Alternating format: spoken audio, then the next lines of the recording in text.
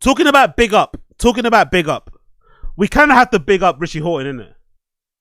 We kind of have to big up Richie Hawtin, innit? We kind of had to big up Richie Hawtin because after all the fucking backlash that he had online regarding his inability or refusal to boycott Sónar Festival and his shitty explanation for it, which I played here, this video down here, I kind of have to rate the explanation, I'm not going to lie, because essentially Richie Hawtin said, I'm not going to boycott it because I've already committed to it, and I'm going to play every other festival that this KKR investment fund that everybody is kind of boycotting who are involved in Sónar. I'm going to play at every other festival that they are booked me for. I think it's free or something coming up. But after that, I'm going to assess it and see what they're doing and then decide what I might do next year. So everybody is doing this really brave, somewhat selfless kind of, protest and boycott against Sónar, essentially foregoing their DJ fee, maybe not allowing them to play in front of a big audience, maybe also ruining their chances or maybe further opportunities. I don't know. Whatever they're doing it for a noble reason, right? In order to maybe play a role in bringing about peace in the Middle East, especially with Israel-Palestine, and maybe leading to an overall ceasefire and people going back to their regular lives and shit, and kids and whatever else not being blown up, right? So it's an amazing thing people are doing. Personally, I'd prefer it if like music and dance festivals and whatever was apolitical, but it's somewhat impossible to separate those type of things because, they exist because of humans and society and shit. And a lot of these type of things are shaped by the things that are going on around the world. So it's kind of hard to separate the two things. But some people are really being brave and deciding, hey, I'm going to boycott. I'm not going to go. I'm going to forego my fee. Everyone loves money. Everyone loves fucking opportunity to play places, myself included, but DJ, you don't really usually turn down bookings. So the fact that people are doing it, I give them all the points, right? Great. But I think on my side of social media, it made it seem like everybody was doing it when I don't think everybody was doing it. There was a certain portion that was doing it, but I think the large majority of artists were like, no, I'm just going to still play it. Richie Hawtin being a good example of it, but I just think his rationale behind it was so fucking disingenuous, was so fucking dumb. But you have to rate how kind of flagrant and straight up he was about it. Like, look, I'm not going to cancel it. If anything, I'm going to continue playing there. And I'm going to play at the other 3 festivals that KKR are involved in. Then next year, I might decide what I might do. So I might protest. I might boycott next year. But this year, while the Raw is going on and it's fresh, and you're seeing images of people getting blown to smithereens and shit, people getting shot at while they're going to pick up aid. Nah, I'm not going to boycott now. Maybe next year. Yeah? So you got to rate that. What you also have to rate is that he hasn't turned off his comments. And he's posting, after the whole thing has happened, he's even posting after movies of his set.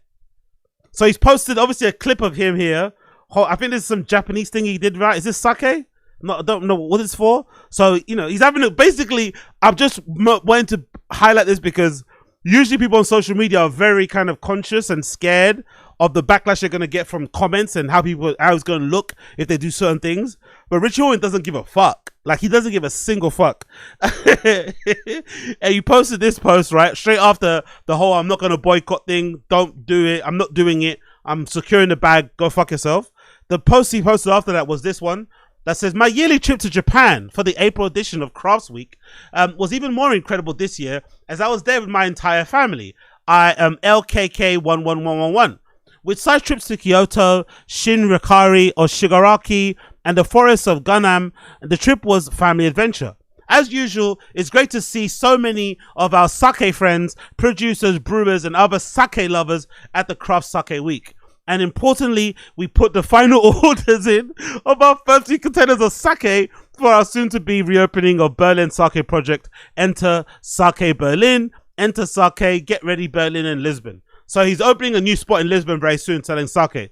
I'm fed up with the whole sake thing, especially coming from Richie Hawtin.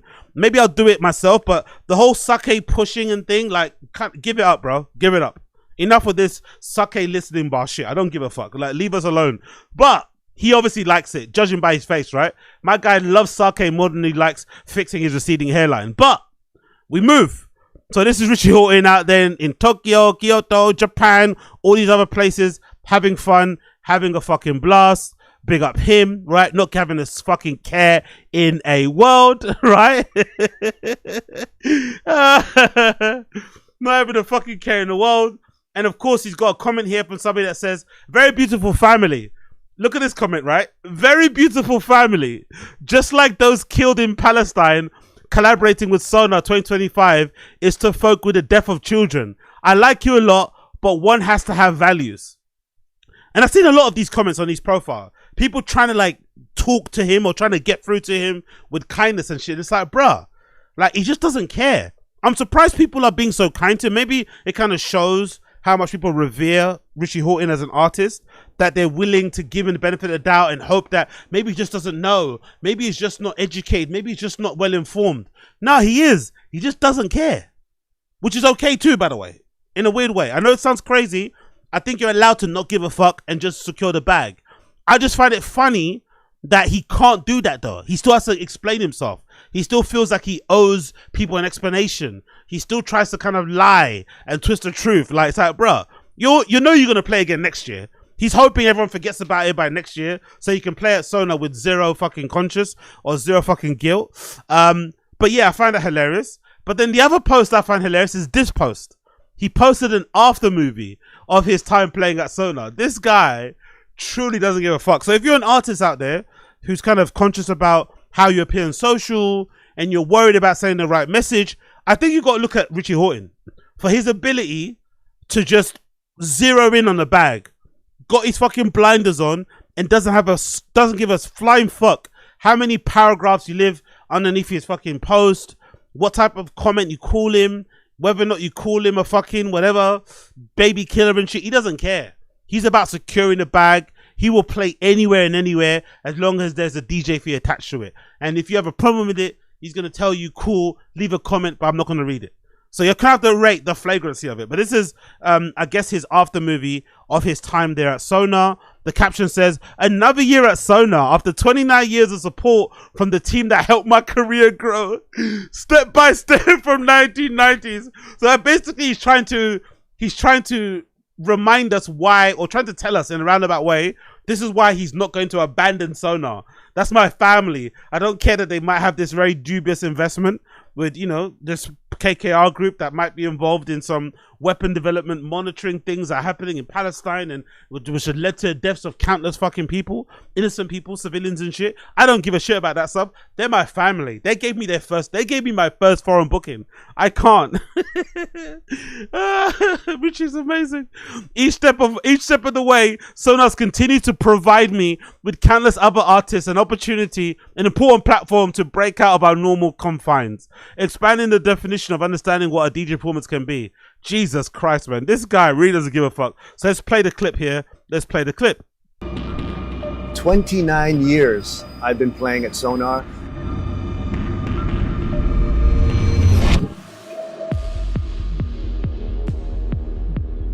Don't get me wrong. I'm sure this 29 years thing, and it's a weird thing to celebrate too, by the way. Surely you want to celebrate 30 years and not 29. So maybe he is planning to not play next year. Maybe he wants to maybe that's the whole plan. It's a strange number to celebrate, but maybe this has always been in plan anyway. This has always been in planning for a long time. So it's not something that he's kind of stumbled upon recently. But in light of everything that's been going on, in light of all the protests and shit, it just seems a bit crazy and a little bit, you know, I won't say tasteless, but he's not really reading a room, is he? When he's celebrating 29 years in Sónar and kind of thanking them for all the things that they've done. It's like, bro, like, I don't think you understand the current, well, I think he does. He just doesn't give a fuck. It's just funny to fucking watch and see. And Sónar has always been a place for me to experiment with how we take our music, our DJ culture from the club to the main stage. And today we're going to experiment once again with brand new lighting called the Tornadoes. Don't get me wrong, the show looks fucking sick. Don't get me wrong. Don't get me wrong. The show looks fucking sick. And if I was invited, would I go? Yes. Hypocrite here. Would I go and watch this? Yes. Because I saw him play at fucking Fold in like 2018 or some shit like that. And he fucking tore that place apart. Like one of the best raves I've ever been to in Fold. Fucking sick. Probably one of the best ones because Richie's old and shit and a legend, there was a mad range in terms of ages of people that attended. It was kind of nice to be in a rave with people who are maybe above 50, people who are maybe younger than 25, mixing with people above 50. It was kind of nice to have that because you don't usually get that. A lot of the clubs now, they kind of look the same. They kind of are the same age. They wear the same shit. Everyone's trying to do this whole Y2K shit. It's fucking annoying. Everyone's kind of a copy and paste version of each other. But it was quite nice to be to a Richie Hawtin gig and see all these different, age ranges, all celebrating, all fucking loving Plastic Man, Richie Hawtin type shit. So I would actually like this. The production of this looks fucking insane. But still disappointed in you, Richie. Still disappointed in you. And on stage, I have Tractor now configured to use stems, which allows me to go deeper into the tracks. All right, relax, brother. Go deeper in the tracks with the stems. Let's relax. It's still a fucking MP3 at the end of the day. It might be a .wav file, but let's fucking relax. We're not doing open heart surgery here. Let's chill out. To go deeper into this. We're going to be on stage at Sónar with an experiment to see where it takes us all together.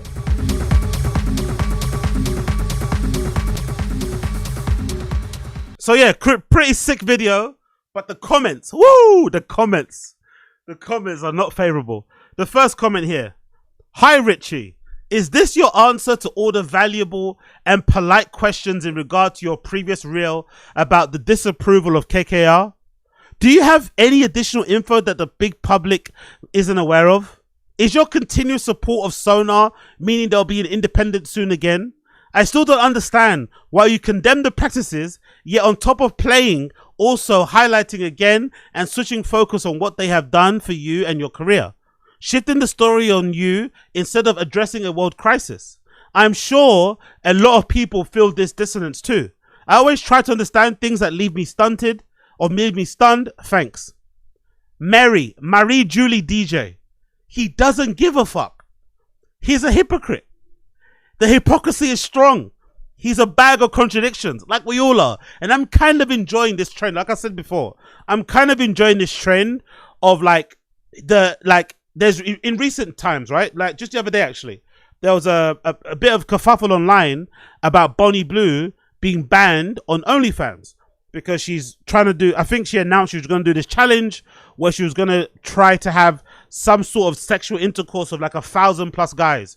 And the idea behind it, if I'm not mistaken, was that she was going to be laid up on a table somewhere in some city center and everyone was going to be able to kind of like finger bang her and stuff. I think that was the whole plan.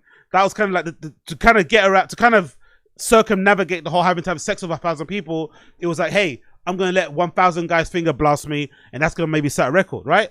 That story went viral and I guess OnlyFans heard and were like, hey, we can't approve of this, right?